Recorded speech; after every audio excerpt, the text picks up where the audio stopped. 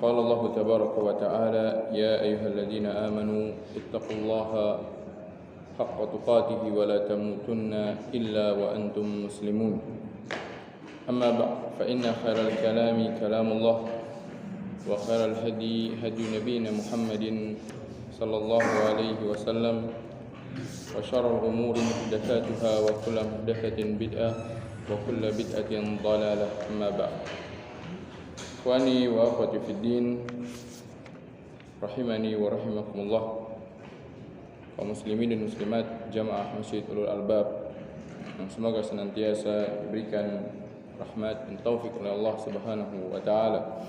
Alhamdulillah, tentunya kita memulai jumpaan kita dan majlis kita pada pagi hari ini dengan memuji Allah Subhanahu wa taala, dengan mensyukuri nikmat-nikmat yang Allah Subhanahu wa taala karuniakan kepada kita, yang harus teruslah kita menghadirkan rasa syukur tersebut dan haruslah kita terus mengingatkan diri kita tentang kewajiban bersyukur atas nikmat yang Allah Subhanahu wa taala karuniakan.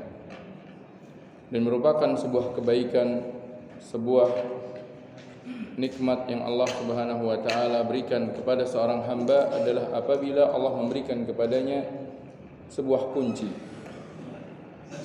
kunci yang bisa digunakan untuk membuka kebaikan.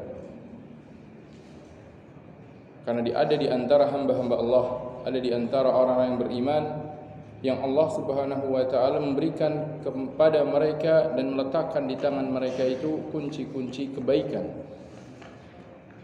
sehingga orang lain yang menginginkan kebaikan bisa mendapatkannya melalui mereka. Sebaliknya, merupakan sebuah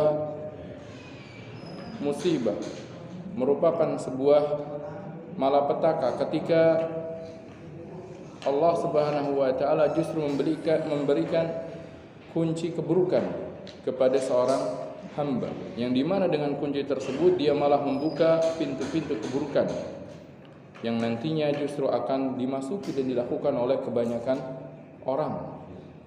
Hal ini sebagaimana pernah dikabarkan oleh Nabi yang mulia sallallahu alaihi wasallam, ketika beliau sallallahu alaihi wasallam pernah bersabda, "Inna minan nasi mafatihal lil khairi, maghaliqal lisyarr. Wa inna minan nasi mafatihal lisyarr, maghaliqal khair." Sesungguhnya di antara manusia ada orang-orang yang mereka itu menjadi kunci-kunci kebaikan. Dan sesungguhnya di antara manusia dan penutup bagi keburukan. Dan sebaliknya di antara manusia juga ada orang-orang yang menjadi kunci-kunci keburukan dan penutup bagi kebaikan.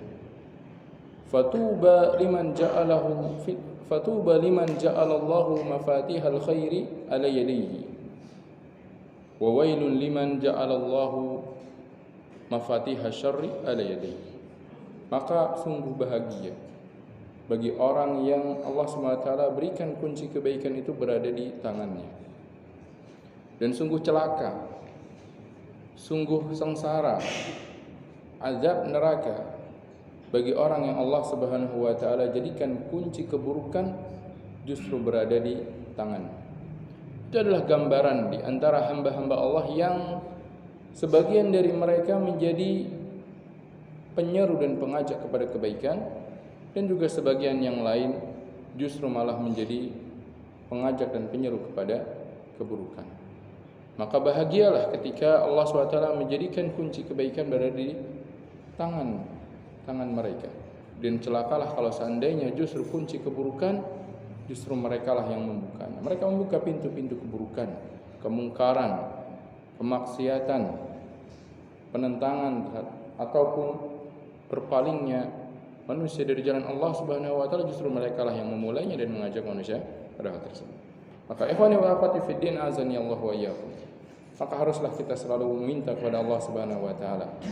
Di antara hal yang harus kita minta adalah kita dijadikan orang-orang yang memegang kunci kebaikan, yang memegang kunci pintu kebaikan, menjadi a'immah, menjadi orang-orang yang diteladani dan diikuti oleh orang lain di dalam kebaikan supaya kita bisa mendapatkan kebaikan itu sendiri dan juga kebaikan yang dilakukan oleh orang-orang tersebut.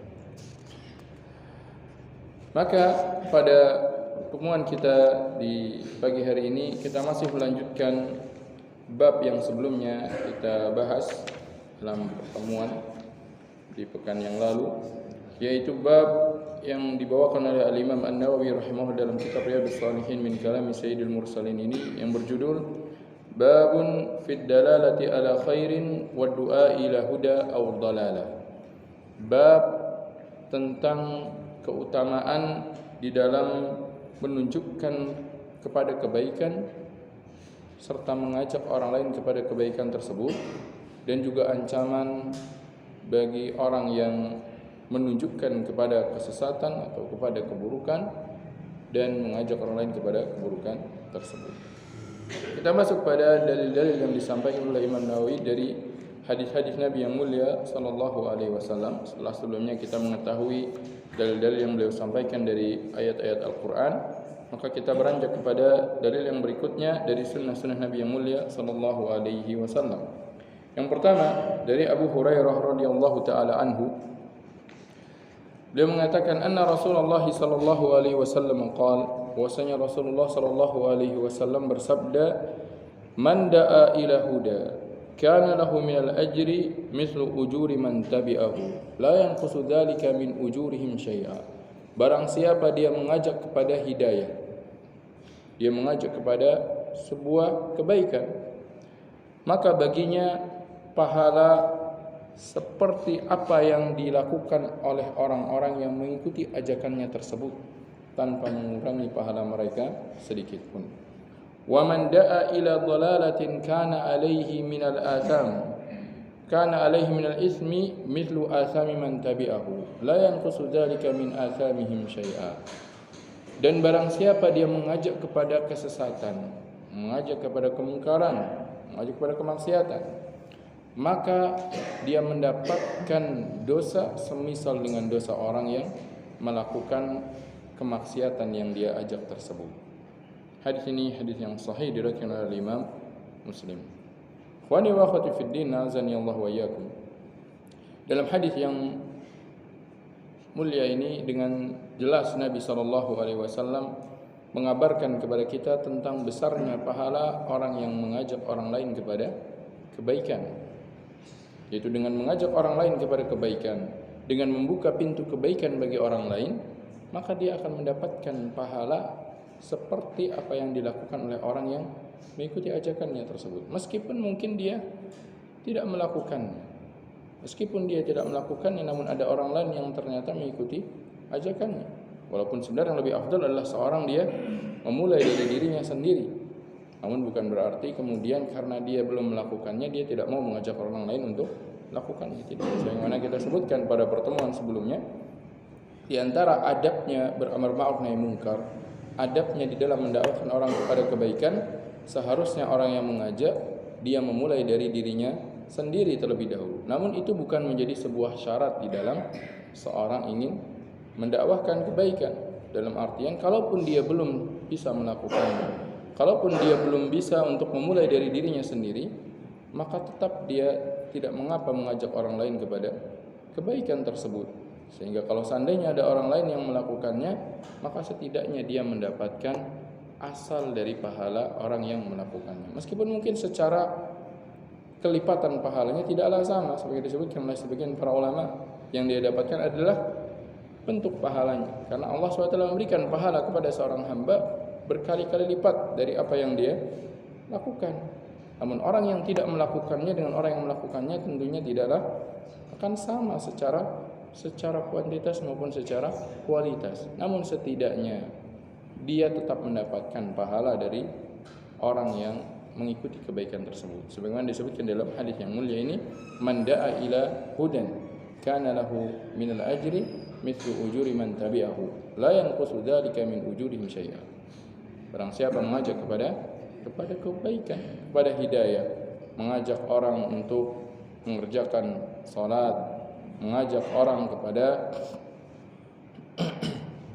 menghadiri majlis ilmu, makanya termasuk ad-da'watu ila huda, mengajak orang lain kepada hidayah, maka itu pun akan membuahkan pahala baginya. Itulah orang-orang yang tadi kita sebutkan di awal pembicaraan kita tentang orang-orang yang memegang kunci kebaikan.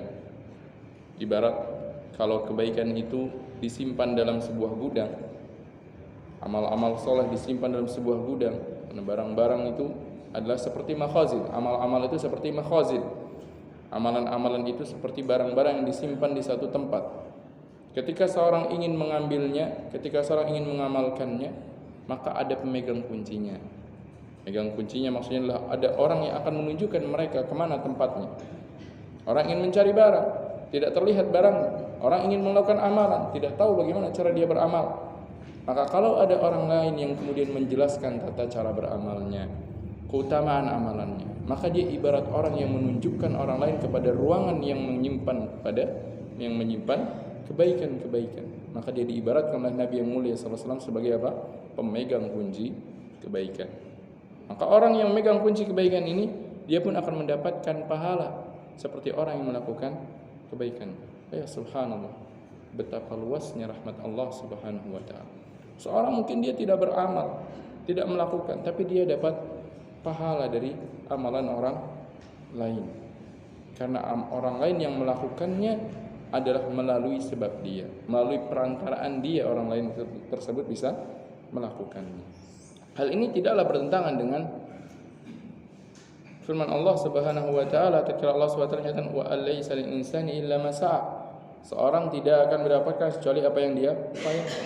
Kenapa? Karena sebenarnya orang yang melakukan kebaikan tersebut juga melakukan dikarenakan upaya orang yang tadi mengajak, orang yang tadi menjelaskan. Maka dia pun sebenarnya mendapatkan sesuai apa yang dia lakukan. Yang dia lakukan adalah mengajak orang. Maka dia pun mendapatkan pahala dari amalan tersebut. Sebaliknya, orang yang memegang pintu keburukan, yang mungkin tadinya orang tidak terbesit di benaknya gimana cara melakukan kemaksiatan tersebut, bahkan mungkin tidak terbesit dia akan melakukan sebuah kemaksiatan, tapi ternyata ada orang lain yang kemudian menunjukkan dia kepada amal kemaksiatan, amal kemungkaran. Dia buka pintunya, dia berikan jalan. Maka yang seperti ini, orang yang seperti ini justru akan mendapatkan dosa juga, meskipun mungkin dia tidak melakukan. Orang yang mengajak orang lain untuk melakukan riba, orang yang mengajak orang lain untuk melakukan perzinaan, memberikan fasilitas kepada perkara-perkara kemungkaran tersebut, maka orang itu pun termasuk orang yang membuka pintu keburukan.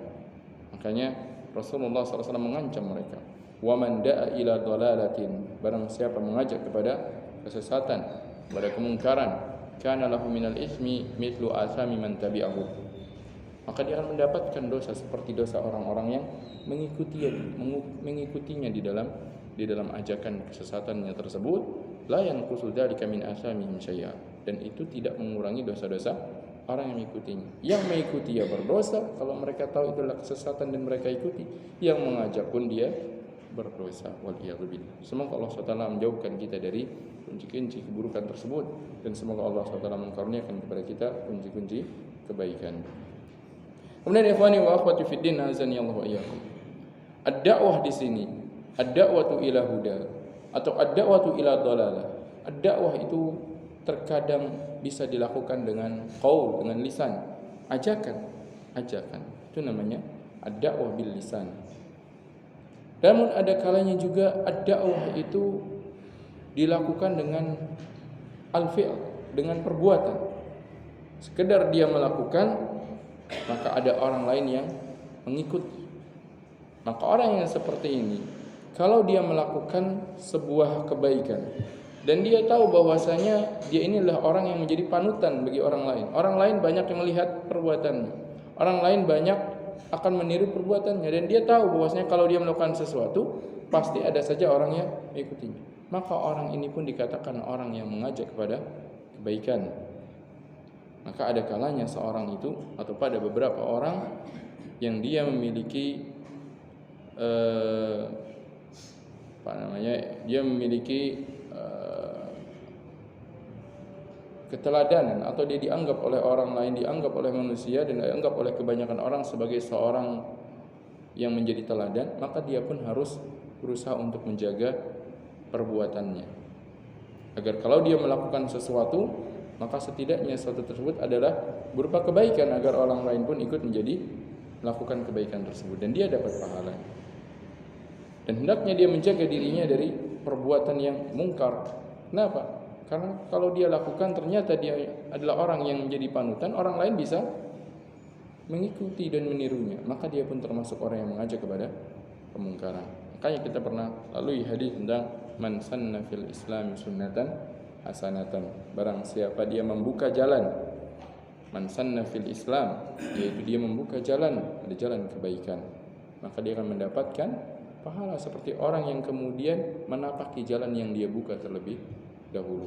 Wa man sanna fil Islami sunnatan sayyi'atan. Barang siapa dia justru membuka jalan keburukan, dia sendiri yang memulainya. Dia membukanya, ternyata orang lain melihat pada orang ini dan orang lain menjadikan dia sebagai seorang panutan, maka dia pun akan mendapatkan dosa dari orang yang mengikutinya. Oleh karena itu, para ulama menjelaskan bahwasanya dakwah itu bisa dilakukan dengan lisan dan dakwah itu bisa dilakukan dengan perbuatan. Contohnya tatkala Rasulullah sallallahu alaihi wasallam beliau sengaja tidak terus-menerus mengerjakan salat tarawih secara berjamaah di setiap malam dari bulan Ramadan. Maka beliau melakukan hal tersebut dengan sengaja. Kenapa? Agar manusia tidak menyangka bahwasanya itu adalah sesuatu hal yang wajib dilakukan. Sehingga dengan perbuatan meninggalkan sesuatu pun terkadang orang ingin mencontohkan. Beliau ingin mencontohkan orang lain. Pada suatu kejadian yang lain, beliau sallallahu alaihi wasallam terkadang melakukan sesuatu dengan tujuan agar apa? Agar para sahabat mengetahui tentang bolehnya melakukan sesuatu tersebut. Tentang bolehnya melakukan sesuatu tersebut. Oleh karena itu para ulama mengambil atau menyebutkan bahwasanya apa yang dilakukan oleh Nabi sallallahu alaihi wasallam ini menjadi sebuah dalil di dalam syariat, meskipun terkadang beliau tidak mengajak dengan lisan. Makanya mereka mendefinisikan di antara definisi sunnah yang pernah kita sebutkan adalah apa? Sesuatu yang diriwayatkan atau disandarkan kepada Nabi sallallahu alaihi wasallam, baik itu berupa ucapan, kalau beliau mengucapkan, mengajak, wahai manusia lakukanlah ini, wahai manusia jangan lakukan ini, itu namanya mengajak dengan ucapan. Au fi'lin, atau perbuatan beliau. Makanya perbuatan beliau pun menjadi sebuah dalil di dalam syariat. Tatkala beliau melakukan sesuatu meskipun tidak pernah beliau perintahkan, maka itu perbuatan tersebut dinyatakan termasuk hal yang disyariatkan. Ini namanya sunnah fi'liyah, sebuah perbuatan, sebuah sunnah yang diambil dari perbuatan Nabi SAW. Beliau mengajak manusia melalui perbuatan beliau. Dan kita pernah sedikit menyebutkan antara perbedaan kekuatan hukumnya antara sunnah qauliyah dan sunnah fi'liyah. Sunnah qauliyah apabila berupa perintah, maka hukum asalnya itu adalah untuk hal yang menunjukkan wajib. Adapun pada sunnah fi'liyah, maka belum bisa dikatakan wajib kecuali ada dalil lain. Bahkan terkadang sunnah fi'liyah adalah sebuah kekhususan Nabi sallallahu alaihi wasallam yang tidak boleh dilakukan oleh umatnya. Maka ada sunnah fi'liyah, ada sunnah qauliyah. Maka dakwah pun ada dakwah dengan qaul, dakwah dengan ucapan, mengajak dengan lisan, dan ada dakwah dengan perbuatan. Dan juga bentuk sunnah yang ketiga yang pernah kita bekal dalam mendefinisikan sunnah adalah dengan iqrar atau dengan takrir dari Nabi sallallahu alaihi wasallam, persetujuan. Maksudnya persetujuan itu begini. Sesuatu dilakukan di masa Nabi sallallahu alaihi wasallam dan beliau tidak mengingkarinya. Sesuatu dilakukan di hadapan Nabi sallallahu alaihi wasallam dan beliau tidak mengingkarinya. Maka ini menunjukkan bahwasanya sesuatu yang dilakukan oleh sahabat yang melakukannya termasuk hal yang diperbolehkan. Karena kalau seandainya itu hal yang mungkar, maka tidak akan mungkin Nabi sallallahu alaihi wasallam membiarkannya. Kalau beliau membiarkan sesuatu yang mungkar, maka beliau dinyatakan membiarkan sebuah kemungkaran, itu sesuatu yang mustahil. dilakukan oleh Nabi yang mulia sallallahu alaihi wasallam. Oleh karena itu para ulama mengambil sebuah hukum kalau sesuatu dilakukan di masa Nabi sallallahu alaihi wasallam, di masa Nabi sallallahu alaihi wasallam. Kenapa kita sebutkan di masa Nabi sallallahu alaihi wasallam? Karena ketika di masa Nabi lah beliau bisa mengingkari. Adapun kalau sesuatu dilakukan setelah Rasulullah SAW meninggal, maka tidak bisa dihukumi apakah itu termasuk yang dibolehkan atau tidak dibolehkan, kecuali apabila dihadapkan pada dalil-dalil yang berupa Alkitab maupun As-Sunnah maupun ijma'nya para sahabat ataupun dalil-dalil syar'i yang lainnya. Tidak bisa kemudian dinyatakan ini tidak ada pengingkaran dari Nabi sallallahu alaihi wasallam, padahal itu dilakukan setelah Nabi sallallahu alaihi wasallam meninggal. Makanya itu tidak bisa. Makanya para ulama mengatakan bahwasanya hukum asal di dalam perkara ibadah itu adalah tidak boleh dilakukan dulu sampai adanya dalil yang menunjukkan itu disyariatkan. Sebaliknya, pada perkara perkara yang merupakan sebuah kebiasaan manusia yang di luar beribadah, di luar peribadahan, maka hukum asalnya adalah dibolehkan sampai datangnya sebuah dalil yang menunjukkan bahwasanya hal tersebut dilarang. Dari mana faedah itu diambil? Dari tadi yang kita sebutkan, bahwasanya sunnah Nabi yang mulia SAW adalah, definisinya adalah diantaranya sesuatu yang disetujui oleh Nabi SAW.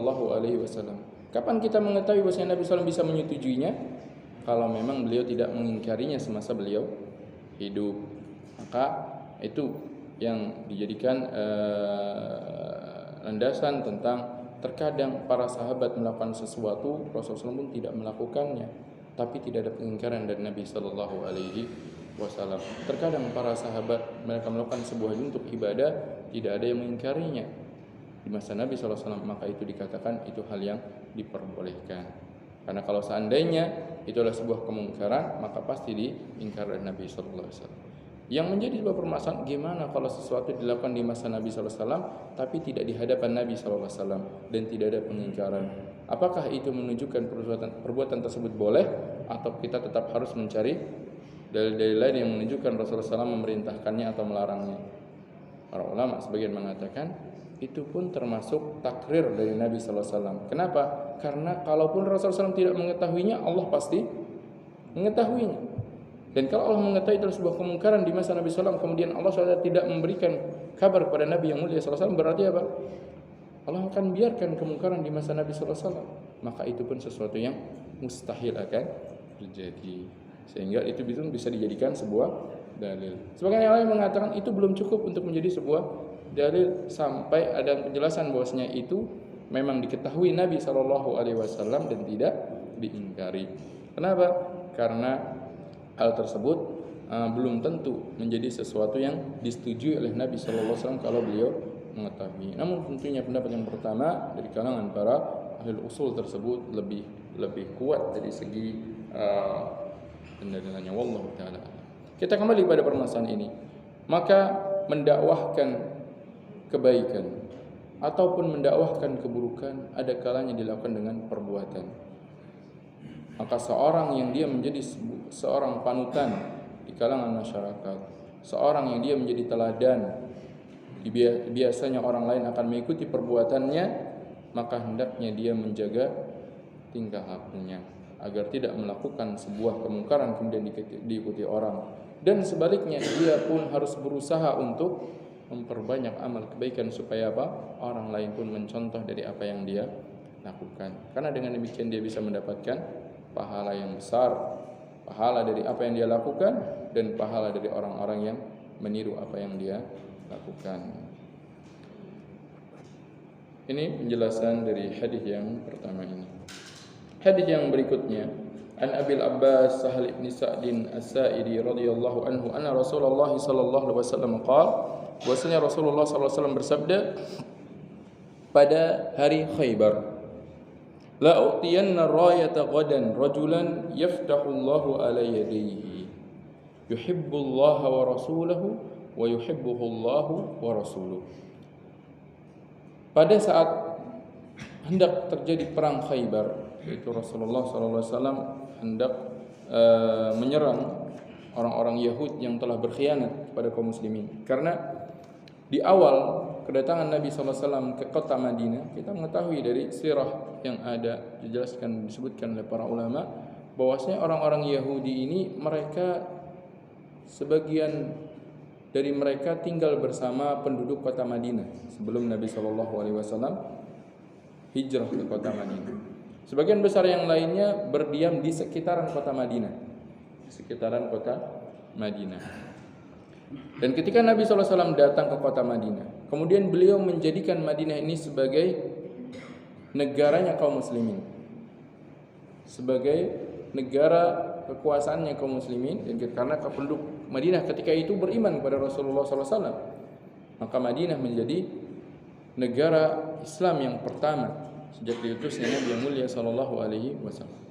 Maka tentunya orang-orang Yahudi yang berada di situ, karena mereka hasad atas nikmat yang Allah berikan kepada Nabi SAW berupa kenabian yang tidak diberikan kepada bangsa mereka, itu Bani Israel, akhirnya mereka tidak mau beriman.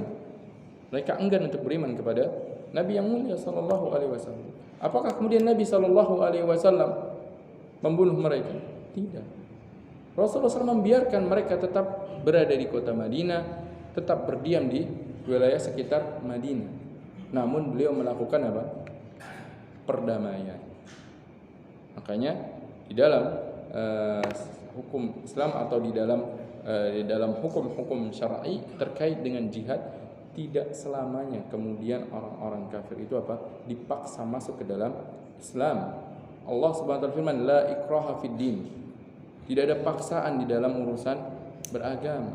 Orang yang mereka termasuk ahlu kitab, Yahudi ataupun Nasrani atau orang Majus sekalipun, ketika Nabi SAW datang ke kota Madinah, Nabi SAW tidak memaksa mereka untuk masuk ke dalam Islam. Tidak. Namun Nabi SAW memberikan kepada mereka pilihan.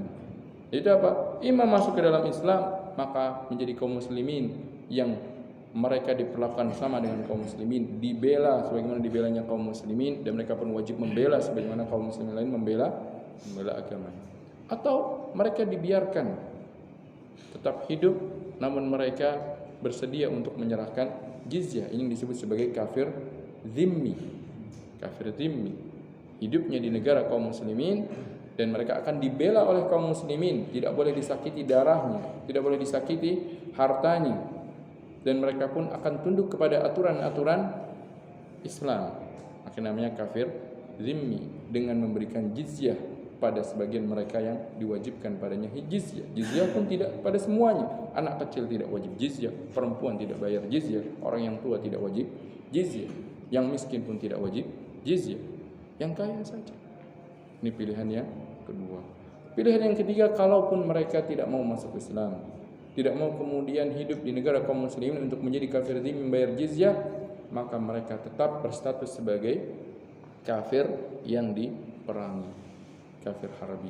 Kalaupun status mereka kafir harbi, tidak selamanya kaum muslimin kemudian memerangi mereka. Boleh ada kalanya seorang imam melihat adanya maslahat untuk melakukan perdamaian, maka seorang imam melakukan perjanjian perdamaian dengan negara-negara kafir tersebut, seperti yang dilakukan Nabi SAW kepada orang-orang Yahudi yang mereka berdiam di sekitaran kota Madinah. Nabi SAW tidak langsung memerangi mereka, beliau melakukan uhdah, perjanjian perdamaian. Namun tatkala tampak pengkhianatan dari orang yang Yahudi, mereka berusaha untuk memberikan bantuan kepada orang-orang kafir Quraisy yang memusuhi dan menyerang kaum muslimin. Ketika itulah Nabi SAW baru kemudian memerangi mereka. Sudah batal perjanjiannya. Fa imma takhafanna minhum khiyanatan fanbut ilaihim ala sawa.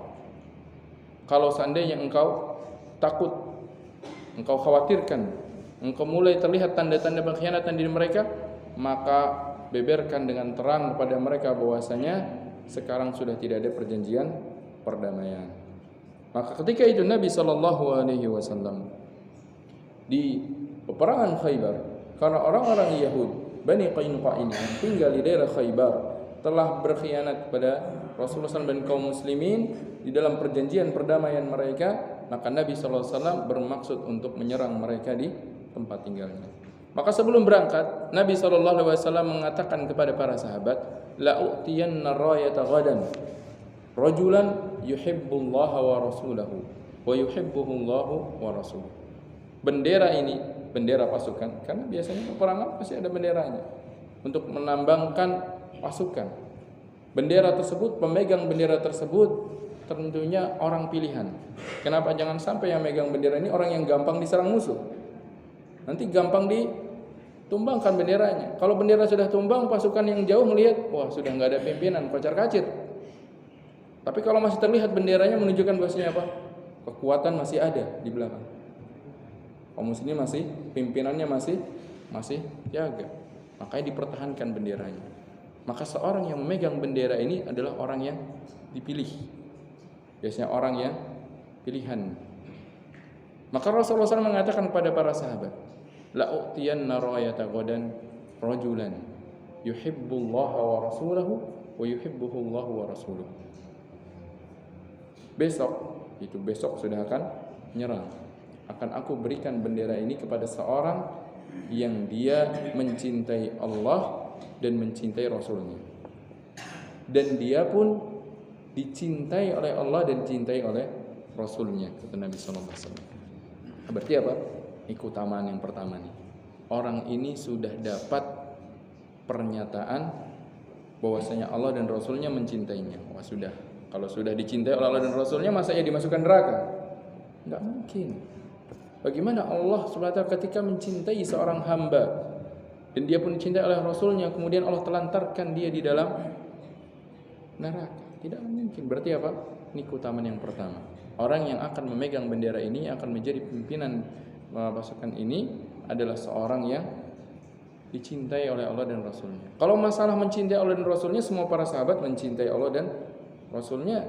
Kaum muslimin mereka pun menyatakan cinta kepada Allah dan Rasulnya. Tapi belum tentu semua orang yang mencintai Allah dan Rasulnya kemudian mendapatkan kecintaan dari Allah dan Rasulnya. Tapi kalau sudah dapat pernyataan bahwasanya dia dicintai oleh Allah dan Rasulnya, ya sudah. Ini adalah sebuah keutamaan yang besar. Ini keutamaan yang pertama. Kemudian Nabi SAW bersabda, Yaftahullahu ala yadayhi. Allah akan memberikan kemenangan melalui kepemimpinan orang ini. Ini keutamaan yang kedua. Berarti dia apa? Sudah dijanjikan pasti akan menang. Ini adalah keutamaan. Berarti apa? Kalau sudah dijanjikan menang, orang ini akan menjadi pembuka pintu kebaikan bagi manusia. Kaum muslim menang dalam jihad. Tujuannya apa kaum muslim menang? Untuk berpesta? Tidak. Kaum muslimin ketika mereka berjihad, tujuannya adalah untuk menyebarkan agama Allah, untuk menjadikan tempat di mana yang tadinya dikuasai oleh orang-orang kafir, orang musyrik tersebut, ditegakkan agama Allah di situ, dijadikan agama Islam di situ adalah agama yang diberlakukan di situ. Tujuannya demikian. Makanya ketika Nabi SAW mengabarkan bahwasanya Allah akan berikan kemenangan melalui tangan orang ini, berarti keutamaan orang ini apa? Dia adalah pemegang kunci kebaikan bagi manusia yang berikutnya yang akan menempati tempat tersebut. Karena tempat itu akan menjadi negaranya kaum muslimin ketika dikuasai oleh kaum muslimin dan diduduki oleh kaum muslimin. Dua keutamaan besar yang Rasulullah SAW kabarkan kepada orang ini. Tapi orang itu belum disebut namanya, belum disebut sama Nabi SAW. Nabi SAW baru mengabarkan, saya akan berikan bendera ini kepada seseorang yang akan Allah berikan kemenangan melalui tangannya, dan dia dicintai oleh Allah dan Rasulnya. Sudah, Nabi SAW nggak ngasih tahu siapa orang, besok lihat. Akhirnya apa? Para sahabat dikabarkan, fabatan nasu yadukuna lailatahum ayyuhum yuqaha. Maka akhirnya malam itu, karena belum dikasih tahu siapa nama orangnya, orang-orang berbincang, mereka ngobrol, mereka diskusi, siapa nih kira-kira ya? Masya Allah, para sahabat seperti itu. Kalau dikabarkan ada sebuah keutamaan, ada sebuah pahala yang besar, mereka berusaha masing-masing ingin mendapatkannya. Mereka ingin mendapatkannya bukan karena ingin menjadikan, oh orang ini adalah pemimpin pasukan, bukan. Yang menjadikan mereka berkeinginan masing-masing ingin menjadi orang itu karena dua hal tadi. Pertama, dia dicintai oleh Allah dan Rasulnya. Yang kedua, orang ini akan menjadi pintu kebaikan, karena dia akan memberikan kemenangan, akan membawa kaum muslimin kepada kemenangan. Kullun fa asbahan nasu ghadaw ala Rasulillah sallallahu alaihi wasallam. Falamma asbahan nas ghadaw ala Rasulillah sallallahu alaihi wasallam. Tatkala sudah pagi, maka semua orang datang kepada Nabi sallallahu alaihi wasallam. Pengen dengar nih, kayak kita ada orang, ada undian. Orang semua datang, siapa nih yang menang? Para sahabat kemudian semuanya mendatangi Nabi sallallahu alaihi wasallam tatkala pagi harinya. Kulluhum yarju an yu'taha. Kata Sahal, riwayat hadis ini, setiap dari para sahabat ingin untuk diberikan bendera itu, ingin ditunjuk, masing-masing ingin. Karena yang mereka inginkan bukan jadi pemimpinnya, bukan, tapi dua hal tadi. Yang mendapat keutamaan dicintai Allah dan Rasulnya, dan dia adalah orang yang memberikan kebaikan pada manusia. Faqala, maka Rasulullah SAW bersabda, bertanya, Aina Ali bin Abi Thalib? Mana Ali bin Abi Thalib? Nah, ternyata yang dapat adalah Ali bin Abi Thalib. Faqila ya Rasulullah huwa yashtaki ini. Ternyata orangnya enggak datang. Ya subhanallah. Orang ini enggak tahu. Malam Rasul kabarkan akan memberikan pada orang yang dicintai oleh Allah dan Rasulnya, dia pun enggak datang. Karena apa? Sedang sakit matanya. Matanya sedang sakit. Ali bin Abi Thalib tidak tahu kabar ini, sehingga dia tidak datang. Ternyata apa? Malah beliau yang datang. Dari sini apa? Kata para ulama, sini memberikan kepada kita sebuah faedah ilmiah, bahwasanya seorang itu ada kalanya dia tidak tahu dan tidak melakukan upaya untuk melakukan sebuah amalan untuk mendapatkan sebuah kebaikan, tapi ternyata Allah Subhanahu wa taala menetapkan dialah orang yang mendapatkan.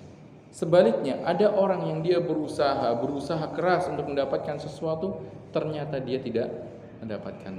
Karena segala sesuatu ini telah ditetapkan oleh Allah Subhanahu wa taala. Maka seorang dalam menjalani kehidupan di dunia ini tidak perlu terlalu berambisi. Yang dimana ambisi tersebut kalau dia berlebihan, maka akan bisa menjadikan dia dalam kekecewaan kalau dia tidak mendapatkan. Maka seorang di sini semuanya berusaha untuk mendapatkan, tapi apa? Tidak perlu kemudian mereka menggantungkan segala sesuatu itu dengan upayanya. Karena segala sesuatu itu adalah telah ditetapkan oleh Allah Subhanahu wa taala. Rasulullah kabarkan rufi'atil aqlamu wa jaffatis suhuf. Catatan pena takdir itu sudah kering dan lembaran-lembaran sudah diangkat, sudah tidak akan mungkin dirubah catatan takdir yang berada di Lauhul Mahfuz. Namun orang diperintahkan untuk tetap beramal. Sebagaimana Nabi sallallahu alaihi wasallam mengabarkan, "I'malu fakullun muyassarun lima khuliqalah." Tetaplah beramal karena setiap orang akan dimudahkan, akan diberikan jalan seperti kepada apa yang ditakdirkan baginya. Maka tetap beramal. Namun tentunya semua itu pun hasilnya adalah sesuatu yang telah ditakdirkan oleh Allah Subhanahu wa taala. Ternyata yang dapat adalah Ali bin Abi Thalib radhiyallahu taala anhu. Fa arsilu ilaihi. Ali bin Abi Thalib enggak datang. Apakah diberikan kepada orang yang lain? Enggak. Karena keutamaan ini adalah sesuatu yang tidak bisa sembarang pilih, atau tidak bisa kemudian setiap orang mendapatkan. Keutamaannya adalah dicintai oleh Allah dan Rasulnya. Maka kemudian Rasulullah SAW mengatakan, kirim orang supaya memerintahkan dia datang.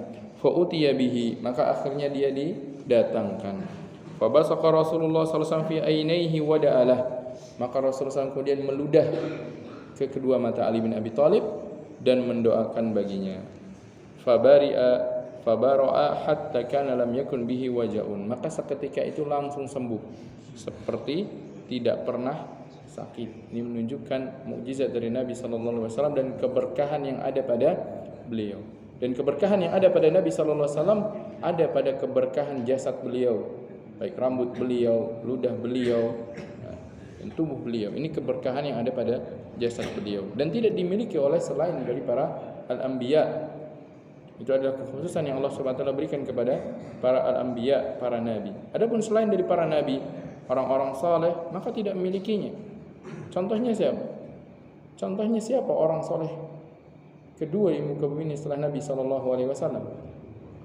Abu Bakar As-Siddiq radhiyallahu taala anhu, seorang yang ketika manusia semuanya mengingkari Nabi SAW tatkala beliau kabarkan tentang Isra dan Mi'raj, apa kata Abu Bakar?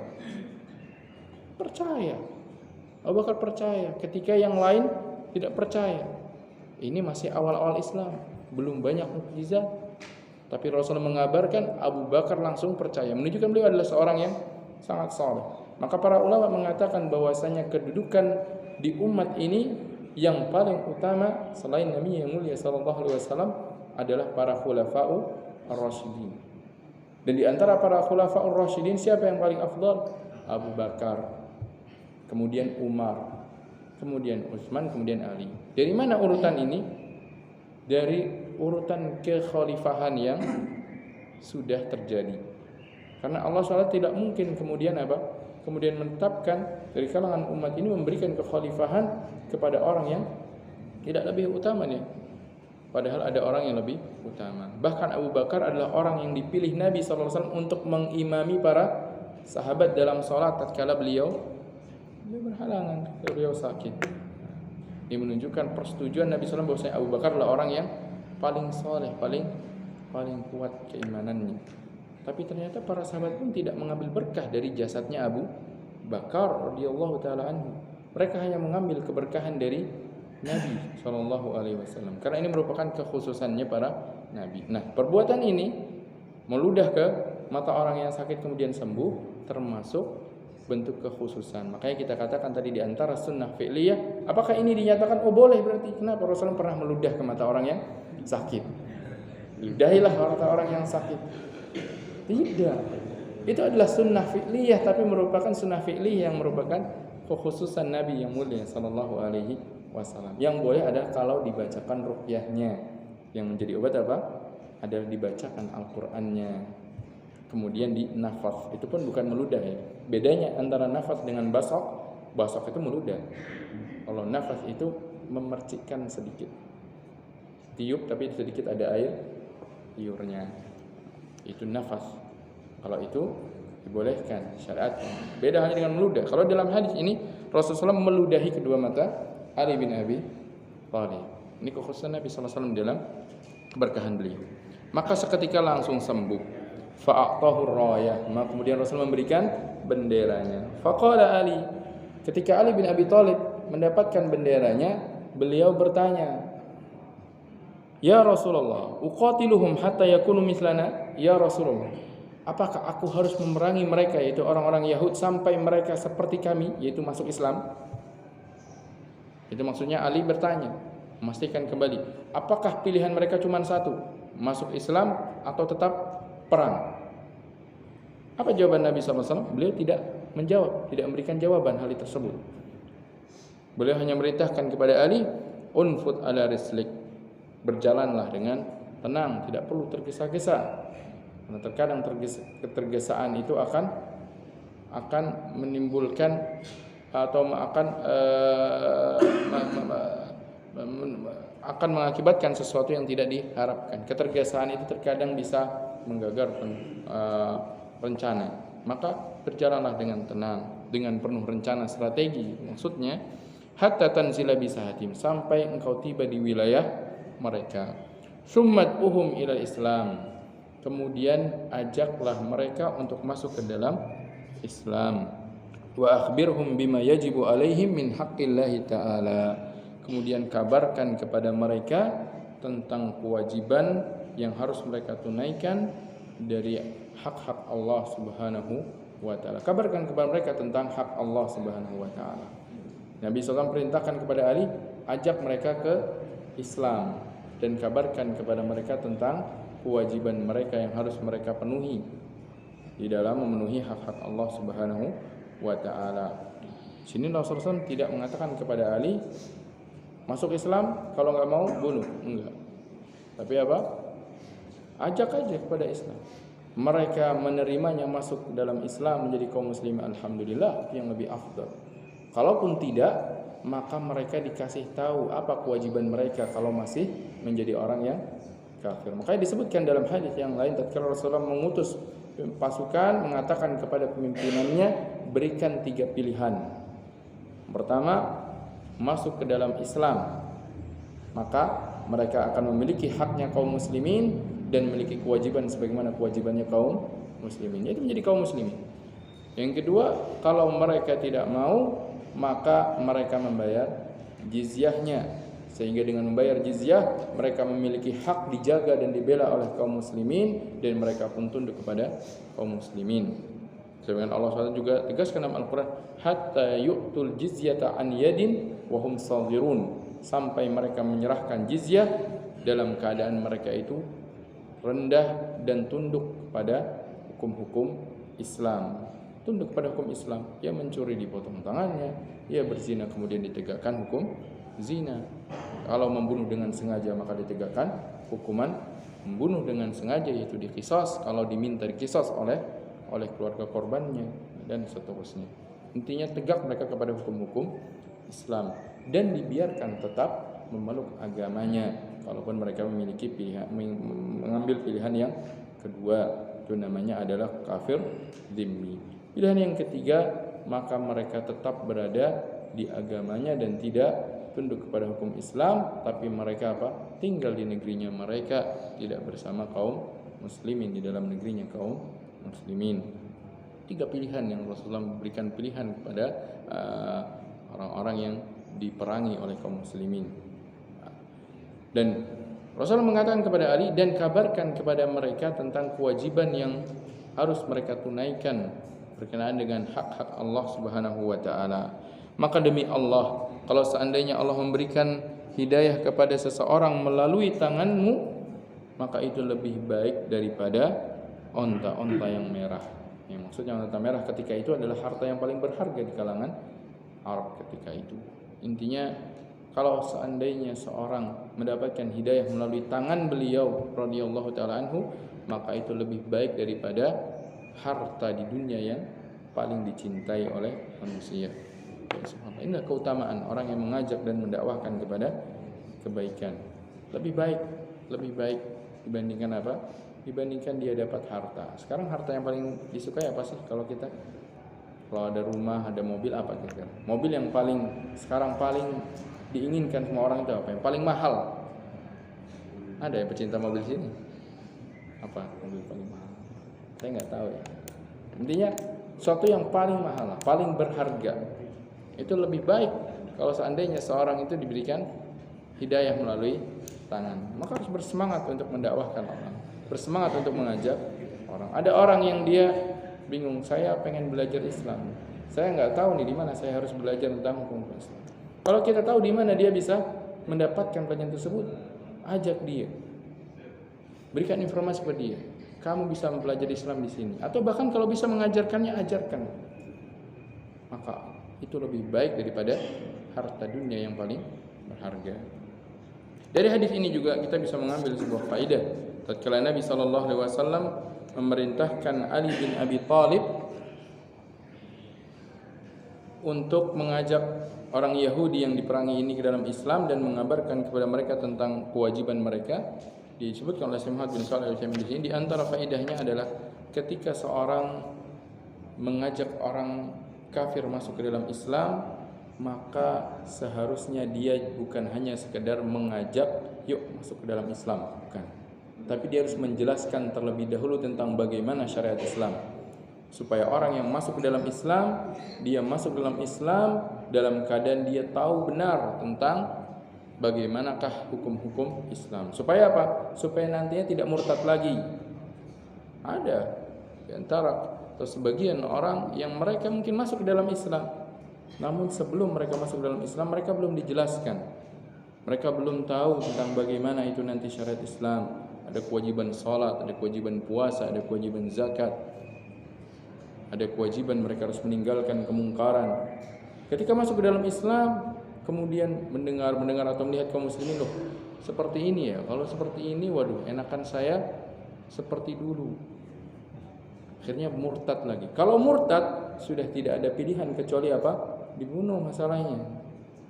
Makanya sebelum dia masuk ke dalam Islam, Rasulullah SAW perintahkan kepada Ali apa? Wa akhbirhum, kabarkan dulu kepada mereka tentang kewajiban yang harus mereka tunaikan berkenaan dengan hak-hak Allah Subhanahu wa taala. Kalau mereka setuju, mau untuk melakukan hak tersebut dan mereka mau masuk ke dalam Islam, alhamdulillah. Kalau mereka tidak mau, merasa itu tidak mereka inginkan, maka mereka dibiarkan untuk tetap berada di dalam agamanya, namun berstatus sebagai kafir yang zimmi, diwajibkan untuk membayar jizyah. Karena Allah SWT tegaskan dalam ayat yang tadi kita sedikit singgung, hatta yu'tul jizyata an yadin wa hum shaghirun. Maka Rasulullah SAW tidak memaksa orang-orang kafir ini untuk masuk ke dalam Islam, orang Yahudi ini masuk ke dalam Islam. Tapi kalau mereka masuk ke dalam Islam, maka itulah sebuah nikmat yang sangat besar. Di antara nikmat yang Allah SWT karuniakan kepada kita adalah Allah SWT menjadikan kita sebagai kaum muslimin. Allah SWT menjadikan kita termasuk orang-orang yang mau untuk mengamalkan hukum-hukum Islam. Semoga Allah telah berikan kepada kita keistiqomahan di dalam agama ini. Maka di antara faidahnya yang tadi kita sebutkan adalah selayaknya ketika seorang berusaha untuk mengajak orang lain ke dalam Islam, hendaknya dia jelaskan juga terlebih dahulu tentang hukum-hukum Islam, agar seorang yang memeluk Islam dia tahu dulu tentang hukum Islam, apa yang harus dia lakukan, apa yang harus dia tinggalkan, sehingga dia tidak kembali murtad. Karena kalau dia murtad, maka itu lebih parah dan tidak ada pilihan bagi orang yang murtad melainkan dia dibunuh atau kembali lagi ke Islam. Sebagaimana Rasulullah bersabda, "Man baddala dinahu faqtuluh." Barang siapa dia mengganti agamanya, maka bunuhlah dia.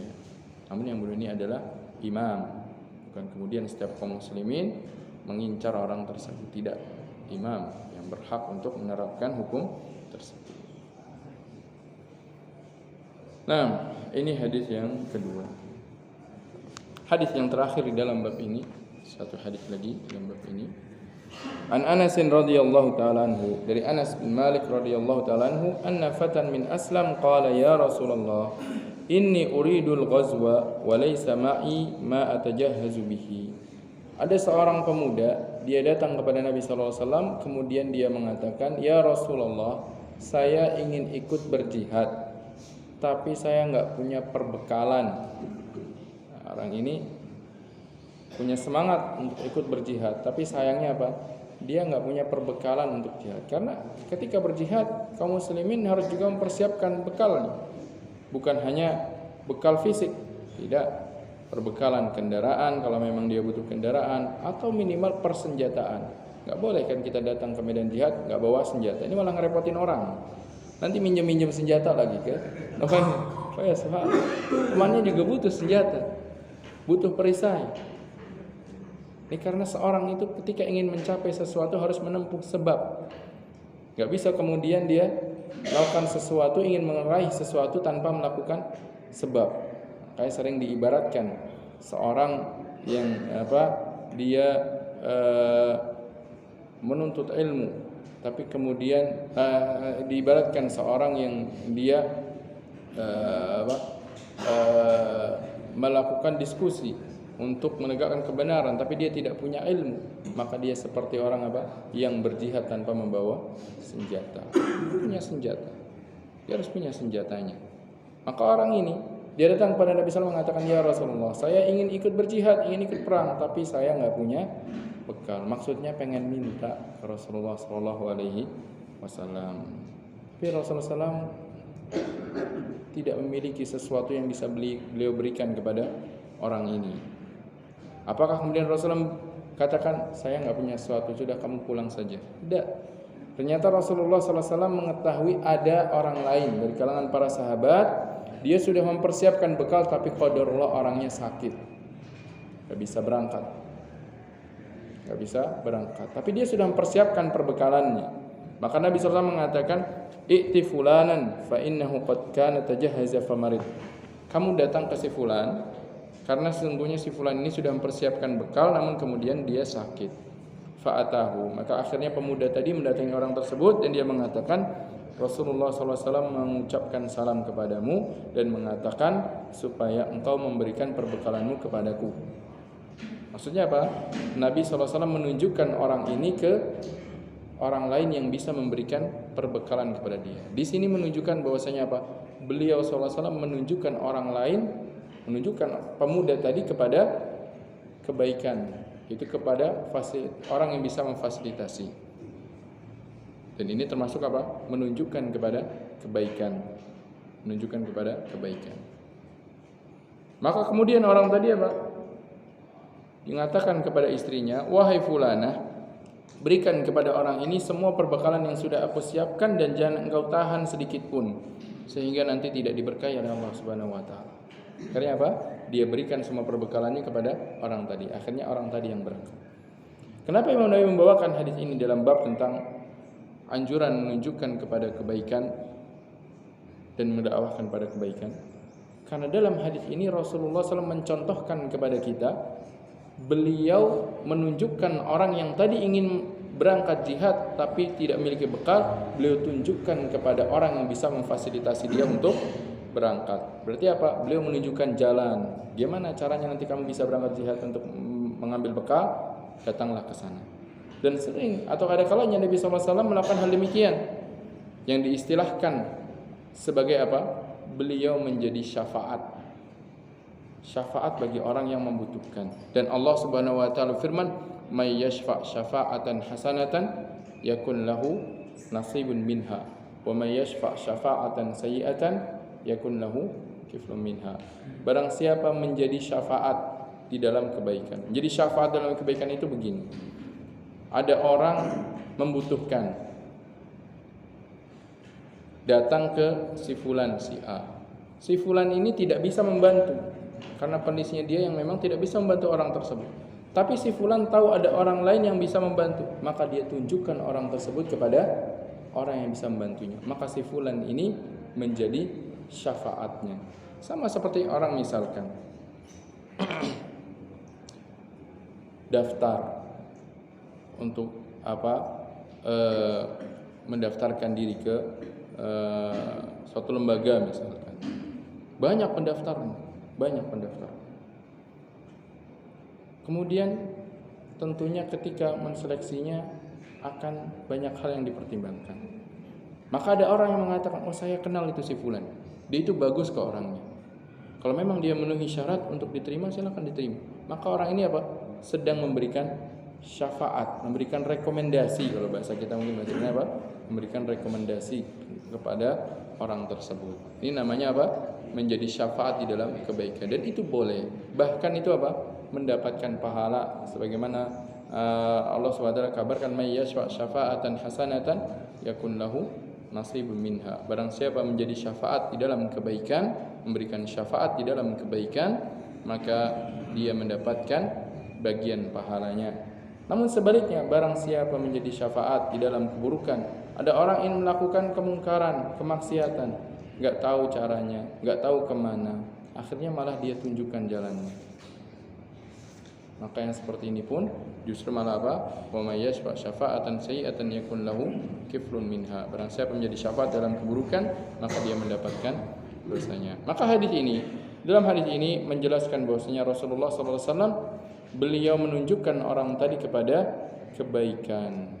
Demikian juga kita.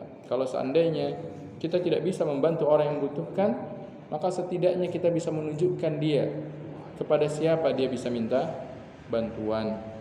Orang butuh untuk dibantu, kita tidak bisa membantu, maka kita tunjukkan, "Oh, kamu pergi saja ke si fulan. Si fulan insya Allah bisa membantunya." Maka yang seperti ini termasuk hal yang juga dianjurkan. Bahkan ini termasuk ad-dalalatu ala al-khair, menunjukkan kepada kebaikan. Dan beberapa faedah lain dari hadis ini juga yang disebutkan oleh Syekh Muhammad bin Shalih Al-Utsaimin di sini, bahwasanya seorang ada kalanya dia sudah mempersiapkan diri untuk melakukan suatu amalan, namun kemudian dia terhalang dari mengerjakan amalan tersebut, maka orang tersebut tetap akan mendapatkan pahalanya. Sebagaimana Allah Subhanahu wa taala berfirman dalam surat An-Nisa ayat yang ke-100, "Wa may yakhruj min baitihi muhajiran ila Allah wa rasulihi tsumma yudrikul mautu faqad waqa'a ajruhu 'ala Allah." Barang siapa dia keluar dari rumahnya untuk berhijrah kepada Allah dan Rasulnya, kemudian dia meninggal, yaitu sebelum dia berhasil untuk melakukan hijrahnya, ternyata dia meninggal, faqad waqa'a ajruhu 'ala Allah, maka sungguh telah tetap pahalanya di sisi Allah Subhanahu wa taala. Sehingga dalam hadis ini juga sahabat yang tadi sakit sudah mempersiapkan, akhirnya dia wakilkan keberangkatannya kepada orang lain karena dia sakit, maka dia pun tetap mendapatkan pahalanya. Makanya dia katakan kepada istrinya, berikan semua perbekalan yang sudah saya siapkan dan jangan sedikit pun ditinggalkan. Maka dari ini juga kita mengetahui bahwasanya seorang yang sudah mempersiapkan sebuah diri untuk melakukan amalan, hendaknya diteruskan jika memang memungkinkan. Jika tidak, maka dia dianjurkan pula untuk mewakilkannya kepada orang lain kalau memang termasuk amalan yang bisa diwakilkan. Wallahu taala alam. Demikian yang bisa kita bahas pada pertemuan pagi hari ini. Wassallallahu nabiyana Muhammadin wa alihi washabbihi wasallam. Silakan kalau ada yang ingin ditanya. Silakan. Ada dua, silakan. Assalamualaikum. Waalaikumsalam.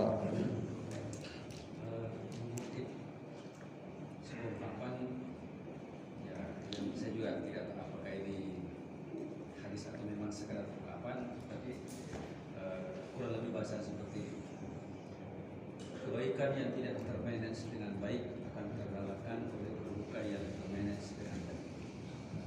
Nah, dengan penjelasan Ustaz tadi terkait dengan juru yang Allah berikan kunci-kunci kebaikan, bagaimana dengan ungkapan yang saya sampaikan tadi?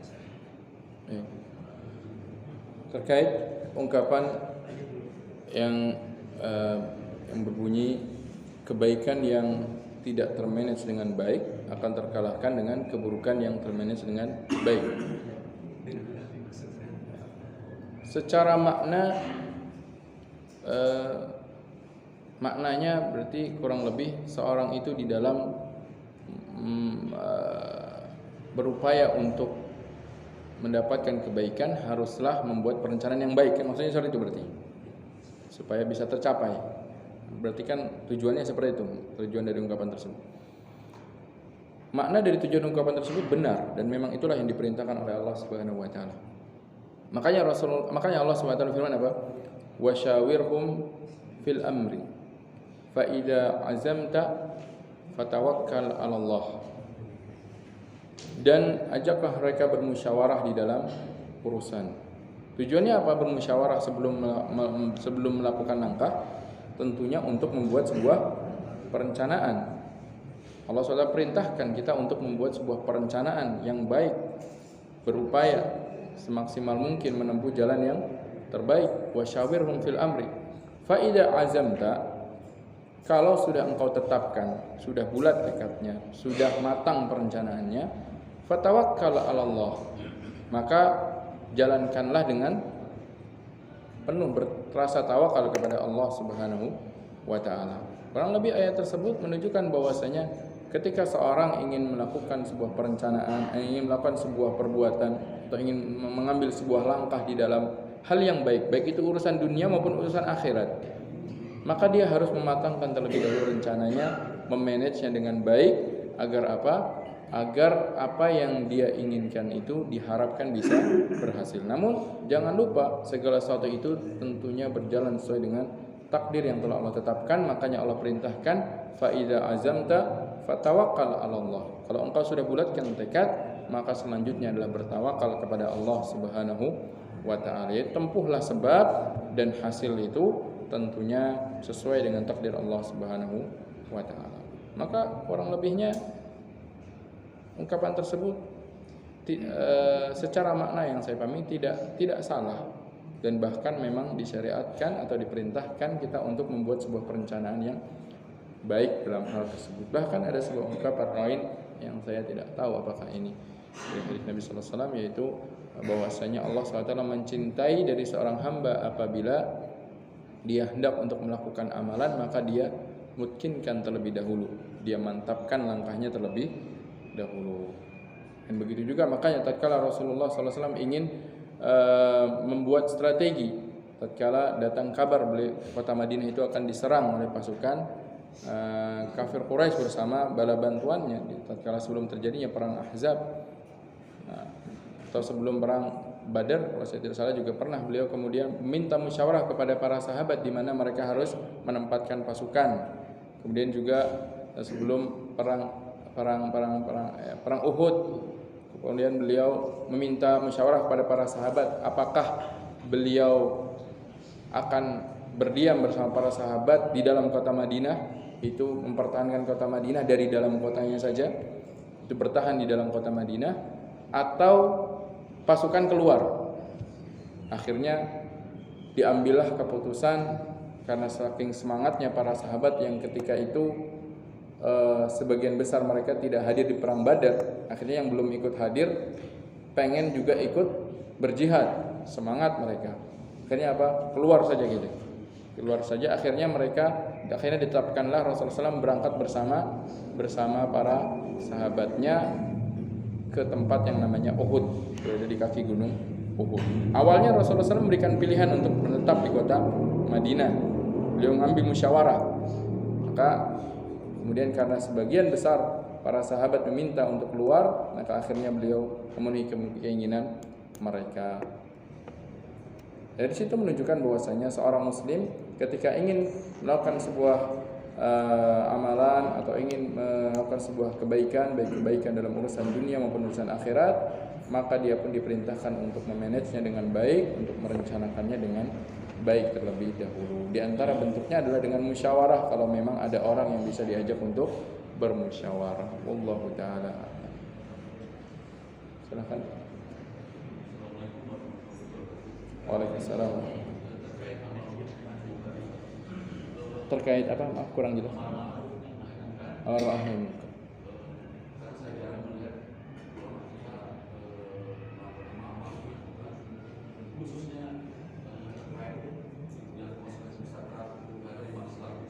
Maaf kurang jelas. Terkait apa?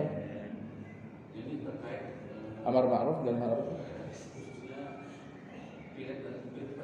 munkar. 2004 Pak. Oh, Pilpres. 2024. Suksesi Pak. Membahas ini padahal konsekuensi besar bagi umat Islam. Bahkan ada saudara kita yang menyatakan harus dipisahkan antara agama dan negara. Dan kita ketahui kita bukan negara umat Islam. Mohon arahan dan pendapat. Assalamualaikum warahmatullahi wabarakatuh. Waalaikumsalam.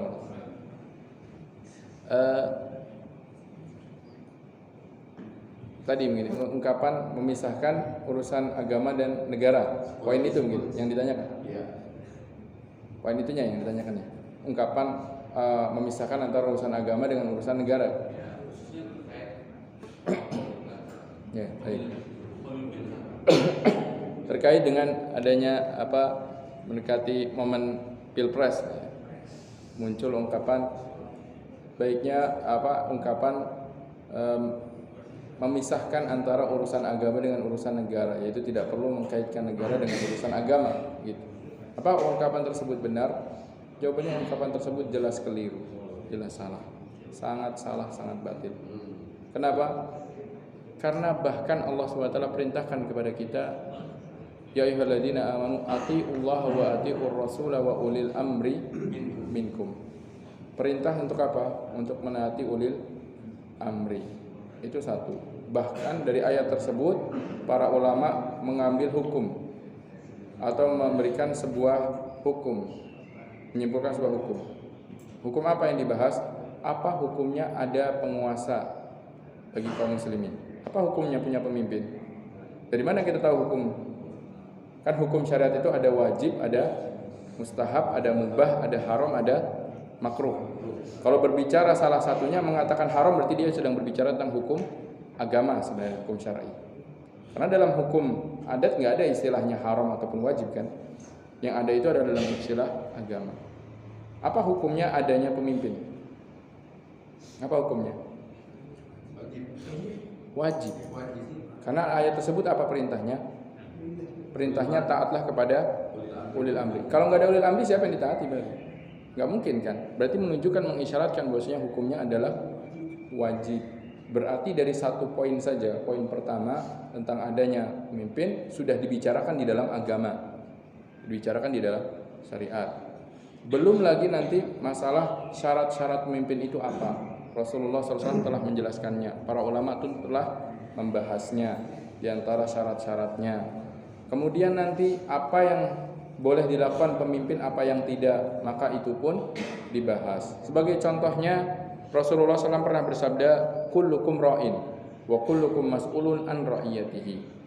Fal imamu ra'in wa huwa mas'ulun an ra'iyatihi. Masing-masing dari kalian adalah orang yang diberikan amanah dan diminta untuk menunaikannya. Masing-masing dari kita, baik rakyat maupun pemimpinnya. Dan masing-masing dari kalian akan ditanya tentang amanah yang diserahkan kepadanya. Yang beliau contohkan paling pertama apa? Sebelum beliau mencontohkan seorang adalah diberikan amanah dalam keluarganya, seorang perempuan diberikan amanah dalam rumah suaminya. Yang paling pertama beliau contohkan siapa? Imam. Fal imam, maka seorang pemimpin dia adalah orang yang diberikan amanah dan akan diminta pertanggungjawaban tentang amanahnya. Siapa yang akan minta pertanggungjawabannya? Siapa yang akan minta? Rakyatnya? Bukan. Allah Subhanahu wa taala yang akan meminta pertanggungjawaban atas amanah yang diserahkan kepada dia. Ini menunjukkan bahwasanya apa? Urusan siasah atau urusan kepemimpinan, urusan pemerintahan itu justru Allah Subhanahu wa taala yang memerintahkan ada dan Allah Subhanahu wa taala yang memberikan aturannya. Makanya para ulama pun mereka menulis kitab-kitab yang membahas tentang pemerintahan. Apa istilahnya ilmu tersebut atau apa istilahnya bab-bab tersebut? Istilahnya adalah as-siyasatu asy-syar'iyyah. Siasah syar'iyyah. Menunjukkan bahwasanya di dalam agama Islam ini ada yang namanya siasah, ada kepemerintahan, ada tatanan di dalam kenegaraan. Jadi tidak benar kalau dikatakan dipisahkan antara urusan agama dan urusan negara. Maksudnya agama tidak boleh campur tangan dalam memberikan hukum, dalam tata kenegaraan, dalam memberikan aturan negara. Tidak benar. Justru Allah lah yang pertama kali memerintahkan kita itu justru harus adanya negara, harus adanya pemimpin, harus adanya pemerintah. Hanya saja kita yang harus melakukan pemerintahan tersebut, menegakkan pemerintahan tersebut sesuai dengan aturan yang telah Allah SWT tegakkan. Maka kalau yang ditanyakan pernyataan tadi, apakah benar pernyataan harus dipisahkan antara urusan agama dengan urusan pemerintahan? Tidak benar. Justru pemerintahan itu haruslah diatur oleh agama. Ungkapan tersebut muncul karena apa? Ungkapan tersebut dari sejauh yang pernah saya pelajari, ungkapan tersebut muncul karena fobia. Dari apa? Bukan fobia Islam awalnya, tapi fobia apa yang terjadi di era-era pertengahan di orang-orang ahlu kitab tatkala negara mereka tunduk pada pada para pemuka agama yang ternyata pemuka agama tersebut mengekor terhadap dunia. Akhirnya disetirlah, meskipun yang menyetir adalah agama, tapi disetirnya ke arah dunia. Ini bisa pada sejarah era tengah. Akhirnya muncullah mazhab fikriyah, ada mazhab liberal, ada sekuler, kemudian ada sekulerisme, kemudian liberalisme, kemudian nanti ada lagi kapitalisme. Coba dibaca sejarah munculnya pemikiran-pemikiran itu karena apa? Karena masalah ini. Karena mereka ingin lepas dari dari yang mereka sangka itulah kekangan agama. Karena agama ternyata yang mengkang mereka tidak berjalan sesuai dengan syariat Allah Subhanahu wa taala yang Allah turunkan. Makanya Allah kan sudah menyebutkan pada kita bahwasanya ahlu kitab mereka telah merubah kitab mereka dan mereka mereka itu mengetahui atamuruna nasa bil birri wa tansawna anfusakum, mengajak manusia kepada kebaikan tapi mereka lupa diri sendiri. Bahkan Allah SWT menggambarkan bahwasanya mereka membeli dunia dengan agama. Maka ungkapan seperti itu kan baru munculnya belakangan setelah mereka melihat fenomena yang sebenarnya tidak berjalan sesuai dengan apa yang Allah perintahkan. Maka kita berusaha untuk mengembalikannya kepada apa yang Allah perintahkan supaya apa? Supaya tidak semakin jauh menyimpang. Maka simpulannya ungkapan tersebut sangatlah batil. Saya katakan sangatlah batil. Yang benar adalah bahwasanya negara ataupun sebuah kepemimpinan, sebuah pemerintahan apapun, baik dalam lingkup yang kecil maupun lingkup yang besar, semua itu haruslah tunduk pada aturan-aturan agama, aturan-aturan yang telah Allah Subhanahu wa taala tetapkan. Karena agama Islam ini adalah agama yang sempurna. Seperti contohnya tadi, kalau kita berikan contoh, apakah berarti jihad itu semua orang harus masuk Islam? Mungkin ada orang yang pikiran jihad ini memaksa seorang masuk ke dalam Islam. Padahal apa? Ternyata kan tidak. Ternyata tidak. Setelah kita pelajari, Rasulullah justru memberikan pilihan. Kemudian jizyah, ketika orang tidak paham tentang makna jizyah, jizyah ini memaksa orang untuk membayar. Sekarang kalau seorang mempelajari tentang jizyah itu tidak wajib diberikan seorang wanita kafirah, dhimmiyah. Anak kecil tidak wajib dibayarkan jizyahnya, yang miskin tidak wajib membayar jizyahnya. Yang wajib membayar siapa? Yang dia kaya, mampu untuk berusaha. Sekarang kalau sebaliknya, justru malah kaum muslimin sendiri, baik yang kaya, yang miskin, yang kecil, yang tua, semuanya malah dikenakan, ya meskipun bukan namanya jizyah tapi ya pajak. Ya. Waliyadzubillah.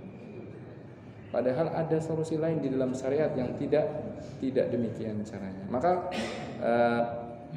kewajiban kita adalah pertama menjelaskan kepada kaum muslimin secara umum, kaum muslimin secara khusus, manusia secara umum, bahwasanya syariat Allah ini begitu sempurna.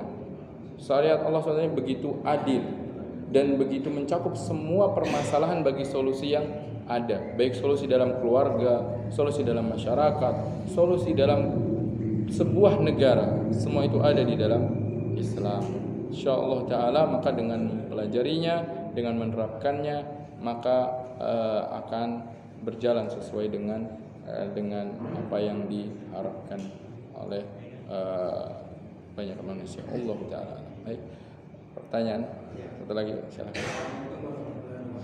Waalaikumsalam. Maksud yang pertama, apakah di zaman Rasulullah ada pemimpin yang solid? Terus yang kedua, bagaimana kita menyikapi apabila pada saat ini kita ada pemimpin kita yang solid? Apakah kita harus taat pada ulama tersebut atau kita sebagai? Terima kasih.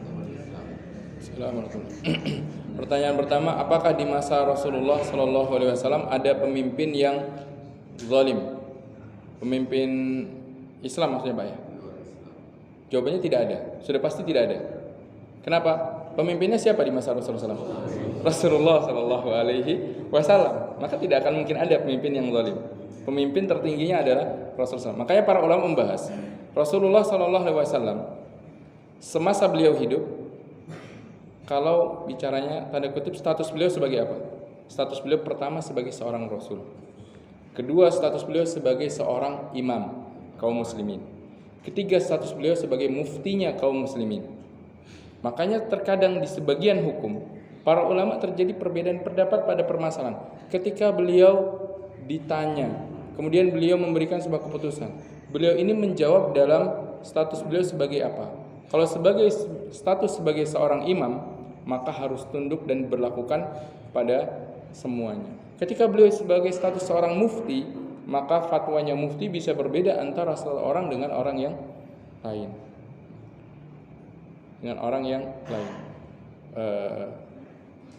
Contoh kasusnya yang